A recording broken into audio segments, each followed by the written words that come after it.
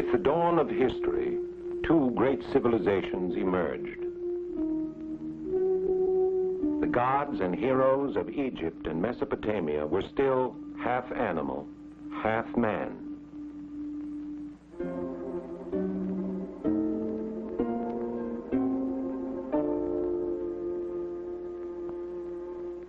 Then, about 4,000 years ago, in the fertile crescent of land which bridged these early civilizations, the idea of a single, formless, unique God gradually arose, and the drama of the Hebrew people began.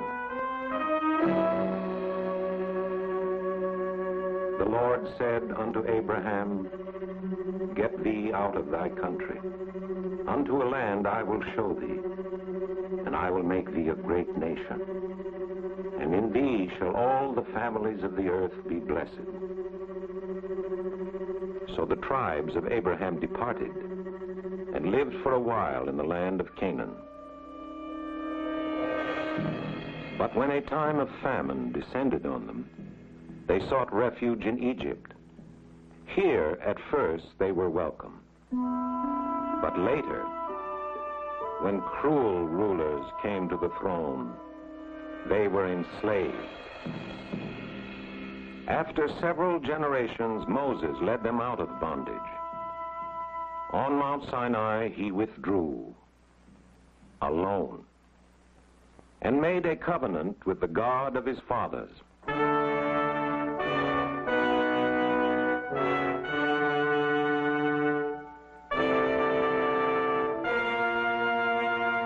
Meanwhile, his people, lonely and leaderless, turned again to the ancient custom of animal worship. But Moses returned and rebuked them. And in the long years of their wandering, he gave the Hebrews a sacred code which was to govern their way of life and ensure their survival throughout the ages. From this covenant between God and man, a sense of human justice evolved, which was to influence not only the Hebrew people, but the entire development of Western history. After 2 centuries of struggle, the Hebrews established themselves in the land of Canaan. Here, they chose their first kings.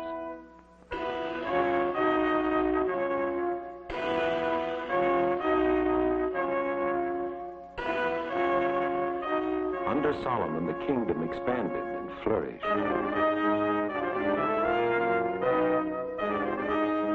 A temple was built to house the Ark of the Covenant.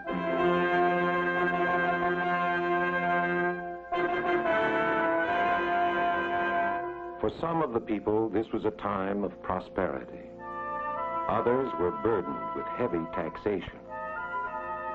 The country was divided. Royal power continued to be abused, and pagan worship was revived. The luxury and laxity of this period were challenged by many great prophets who warned the Hebrews against the injustice of man to man and cried out to them to remain loyal to the God of their fathers. Then, in the year 587, the Babylonians destroyed Jerusalem. The Judean king was captured, blinded, the temple burned. Tens of thousands carried into captivity. Here in Babylon, without a land of their own, without a temple, without a king, the Jews preserved their identity and kept their faith alive. In place of temple ritual, they created the synagogue. Here, aging scholars, fearing their beliefs and customs might be wiped out completely, sought to preserve their ancient oral traditions in the written word. And Judaism became the religion of the book. After Babylon had fallen to the Persians, the exiled Jews were allowed more freedom. As the years passed, under more tolerant rulers, they prospered and multiplied. Finally, when given permission to return to their homeland, the majority preferred to remain in Babylon. Those who did return to Jerusalem, in time rebuilt the temple. Then came waves of conquest from the west. Some of the Jews accepted Greek speech and customs, but eventually they rebelled, successfully, driving out the invaders.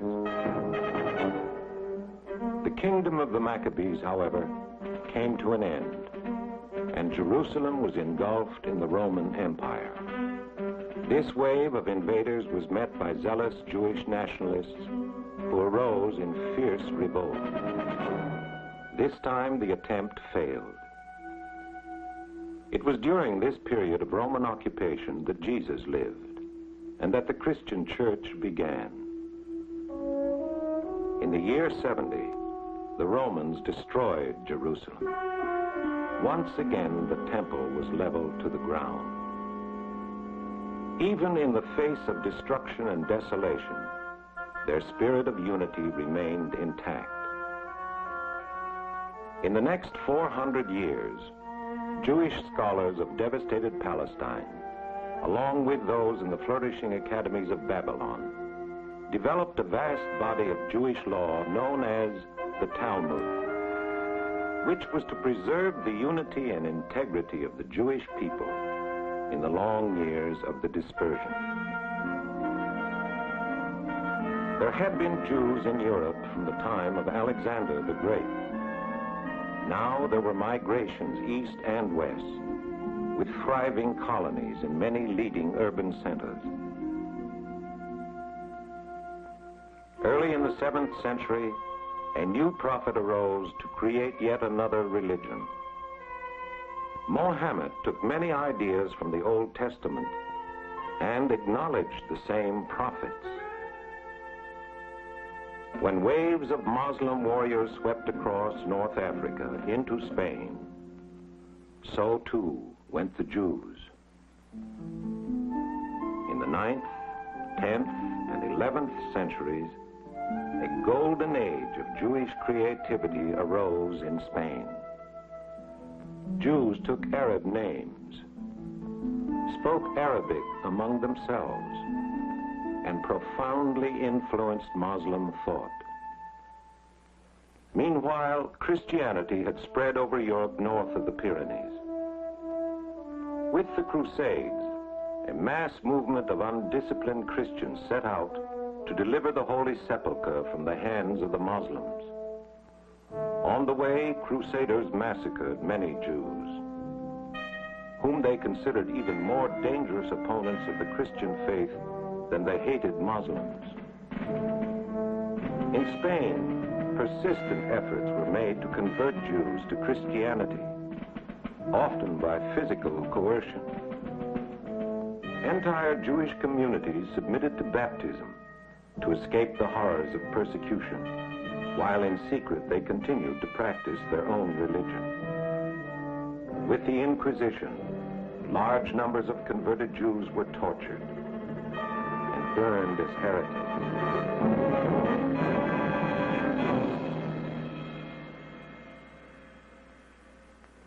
Since the sharply defined hierarchy of the feudal system denied land to any non-Christian, the Jews began to congregate in the growing medieval cities.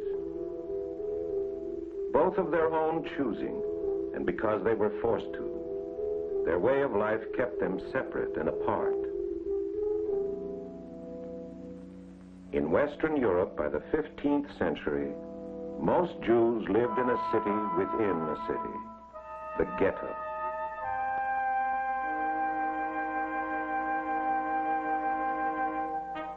In the late 18th century, the French and American revolutions extended the ideal of human equality to all peoples.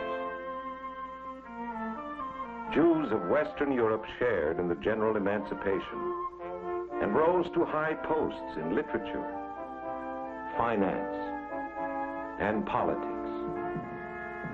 In Eastern Europe, however, the fate of the Jews fell from poverty to pogrom. Thousands in Tsarist Russia and Poland suffered incredible horrors. Over 2 million emigrated to the United States. By 1910, New York was the Jewish capital of the world.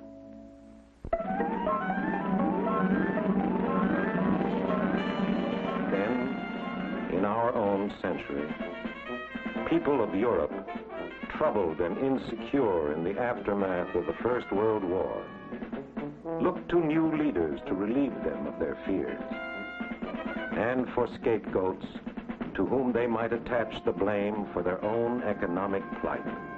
The result was a new horror and a new word: genocide.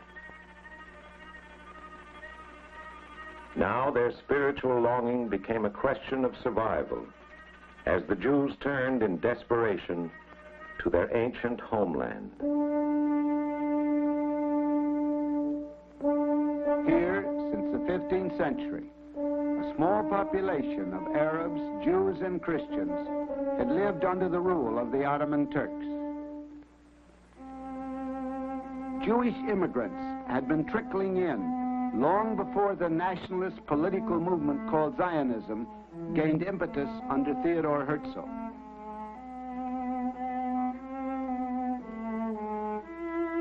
Zionists gained financial support for small agricultural settlements. With the collapse of Turkey in 1918, Palestine came under British mandate. The city of Tel Aviv, once barren sand dunes, boomed during British occupation. Many thousands of European Jews settled in the Holy Land after Britain issued the Balfour Declaration, which endorsed the establishment of a national home for the Jewish people in Palestine. In spite of growing Arab opposition, Jewish immigration increased as a result of Nazi persecution.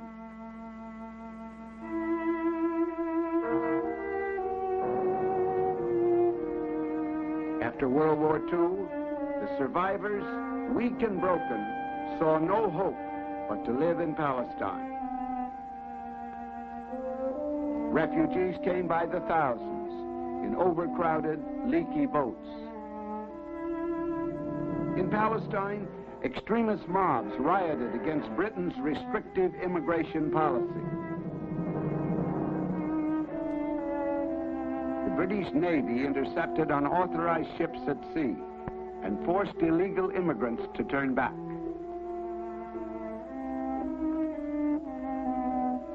On the island of Cyprus, refugees were confined in detention camps.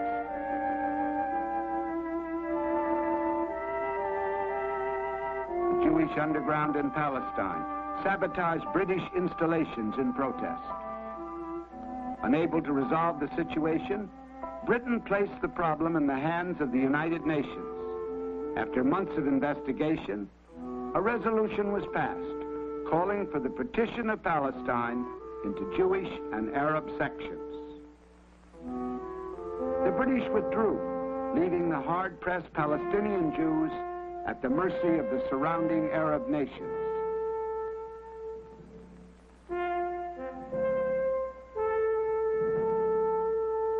A few hours later, Ben-Gurion and the other leaders proclaimed Israel a sovereign state.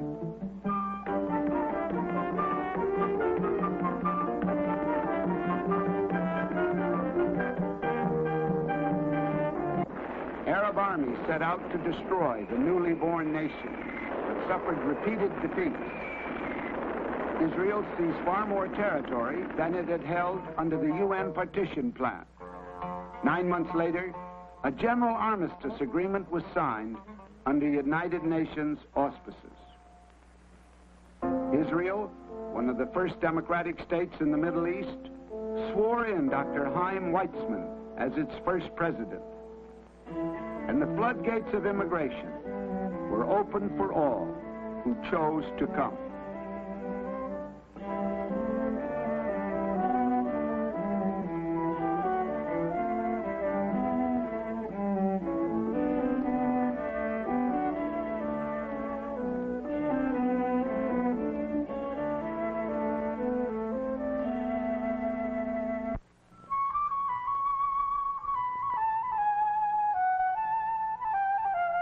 For 30 years, Israel's doors have remained open, and Jews have come by the millions. And still they come, from all over the world, for many reasons, to this land.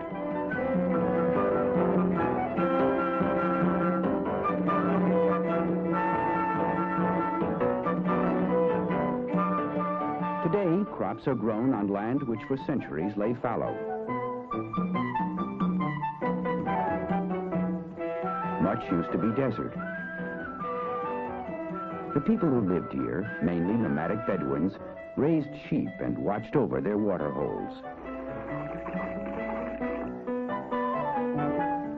Water has always been a key to life throughout the Middle East. Now, after extensive research and the use of modern equipment, 3 times as much of Israel's land is farmed compared to 30 years ago. Old and new farming methods exist side by side.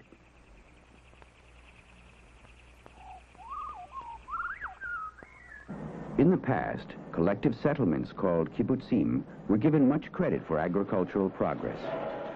Today, they are responsible for only a small percentage of Israel's agricultural output, and only about 8% of Israel's labor force is engaged in agriculture. Citrus fruits continue to be an important export crop. About 90% is sold abroad. The export of all fruits and vegetables, as well as manufactured goods like electronic equipment, polished diamonds, and textiles, is flourishing. Israel has not been blessed with an abundance of raw materials. Most of the meager mineral resources are found in the south, in the Negev Desert and the Dead Sea. Some oil has been discovered, but Israel produces only a minor portion of her needs, and the availability and price of imported oil still dramatically affect the economy.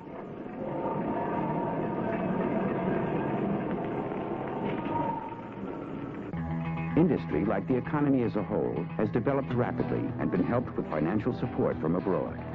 This growth was achieved despite the scarcity of raw materials and energy sources, a restricted local market and long distances from export markets, as well as a political situation in which many Middle Eastern countries can boycott Israeli goods.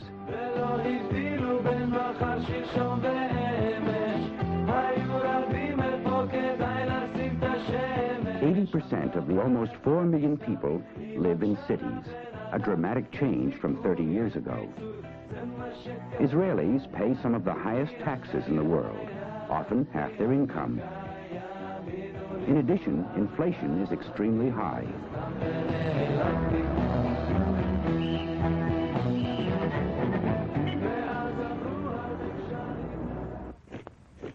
%40 of Israel's budget goes for defense. There is compulsory military service for both sexes. Single women serve 2 years and remain in the reserves until they are 34. Men, at 18, are required to serve 3 years in the Army and remain in the reserves until they are 55. They must report for a month's training every year.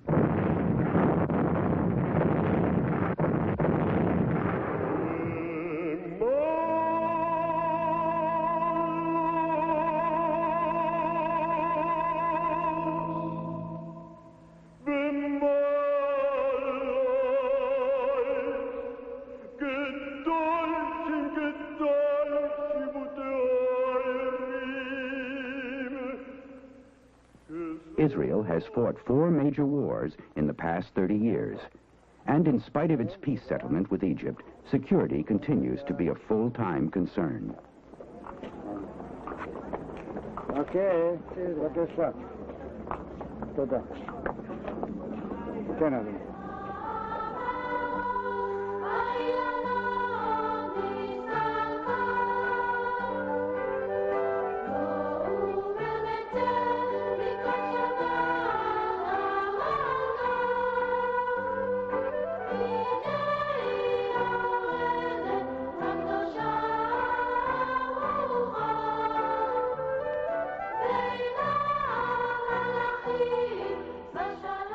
Israel has a dynamic cultural life and heavily supports art programs and artists. Yigal Tumarkin, like many modern Israeli artists, has had his works displayed all over the world.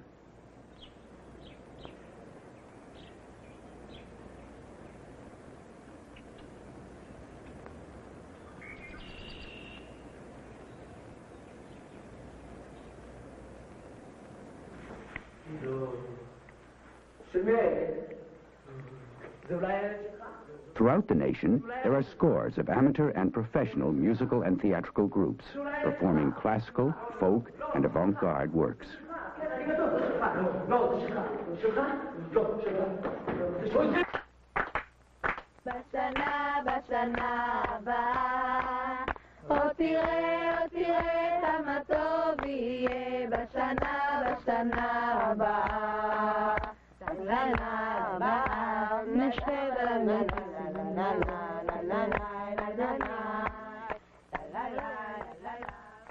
Israel is special, if not sacred, to more different religious faiths than any other area in the world. Jerusalem is considered holy by each of the three major monotheistic religions. Jews worship in David's city at the Western Wall.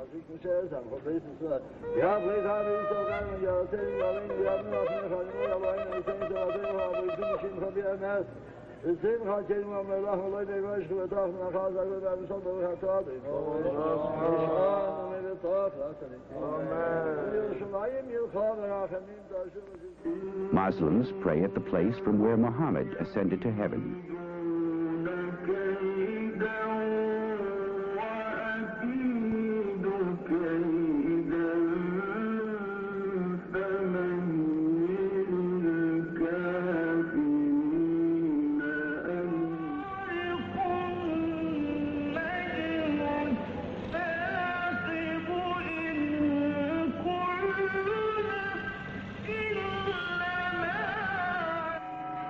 Christians worship where Christ was born, where he preached, was crucified, and died.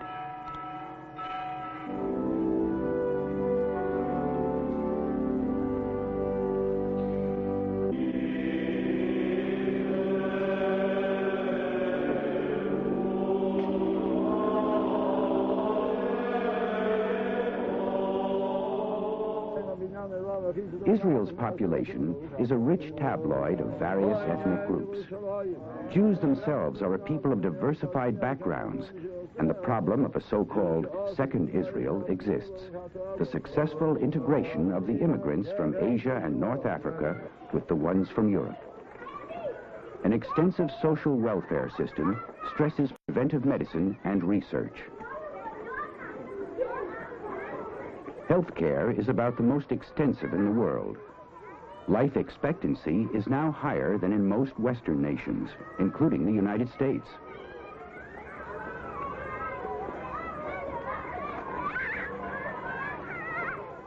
Social security laws help provide old age pensions, unemployment insurance, and protection in case of accident or sickness.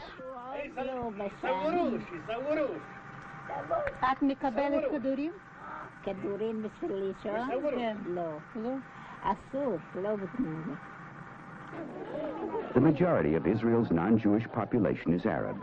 Some Bedouins have settled on the land and become farmers, but many continue their nomadic ways.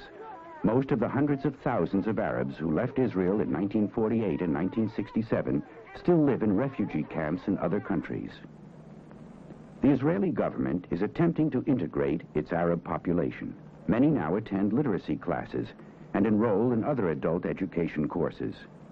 Education has been given highest priority in Israel, and a complete system has been built up from kindergarten to university.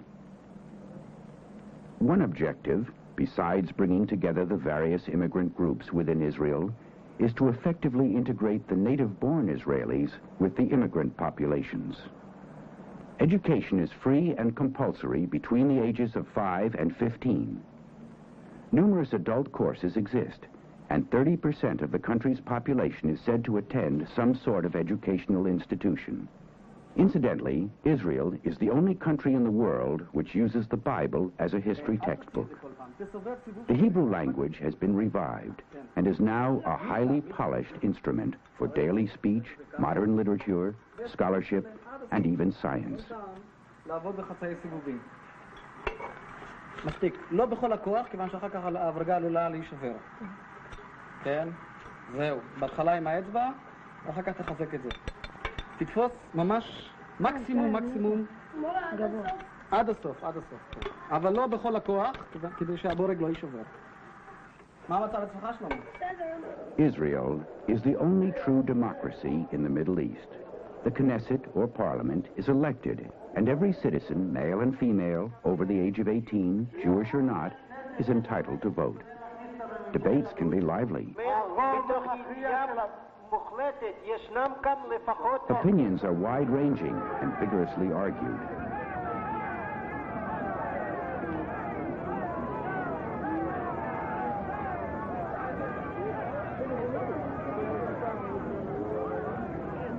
The major concern of all is the establishment of a lasting peace in the Middle East. Will modern Israel be an arena for more bloodshed? Or will it become a place where Arabs, Jews, and others find peaceful solutions to common problems? And the drama of the Hebrew people began. The Lord said unto Abraham, Get thee out of thy country. Unto a land I will show thee, and I will make thee a great nation. And in thee shall all the families of the earth be blessed. So the tribes of Abraham departed, and lived for a while in the land of Canaan. But when a time of famine descended on them, they sought refuge in Egypt. Here, at first, they were welcome. But later, when cruel rulers came to the throne, they were enslaved. For some of the people, this was a time of prosperity. Others were burdened with heavy taxation. The country was divided. Royal power continued to be abused, and pagan worship was revived. The luxury and laxity of this period were challenged by many great prophets who warned the Hebrews against the injustice of man to man and cried out to them to remain loyal to the God of their fathers. Then, in the year 587, the Babylonians destroyed Jerusalem. The Judean king was captured, blinded. After several generations, Moses led them out of bondage. On Mount Sinai, he withdrew, alone, and made a covenant with the God of his fathers.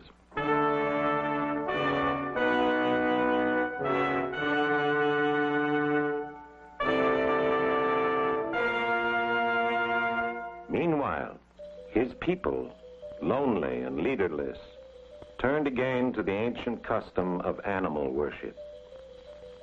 But Moses returned and rebuked them. And in the long years of their wandering, he gave the Hebrews a sacred code which was to govern their way of life and ensure their survival throughout the ages. From this covenant between God and man, a sense of human justice evolved, which was to influence not only the Hebrew people, but the entire development of Western history. After 2 centuries of struggle, the Hebrews established themselves in the land of Canaan. Here, they chose their first kings.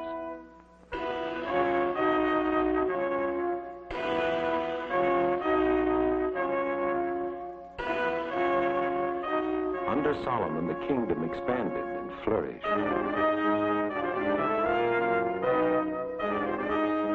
A temple was built to house the Ark of the Covenant.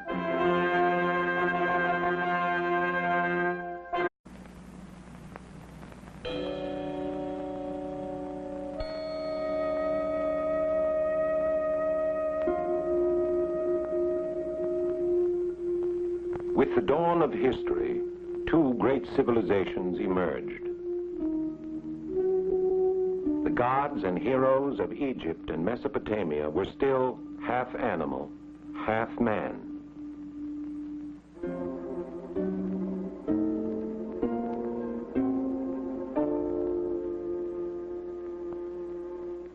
Then, about 4,000 years ago, in the fertile crescent of land which bridged these early civilizations, the idea of a single, formless, unique God gradually arose.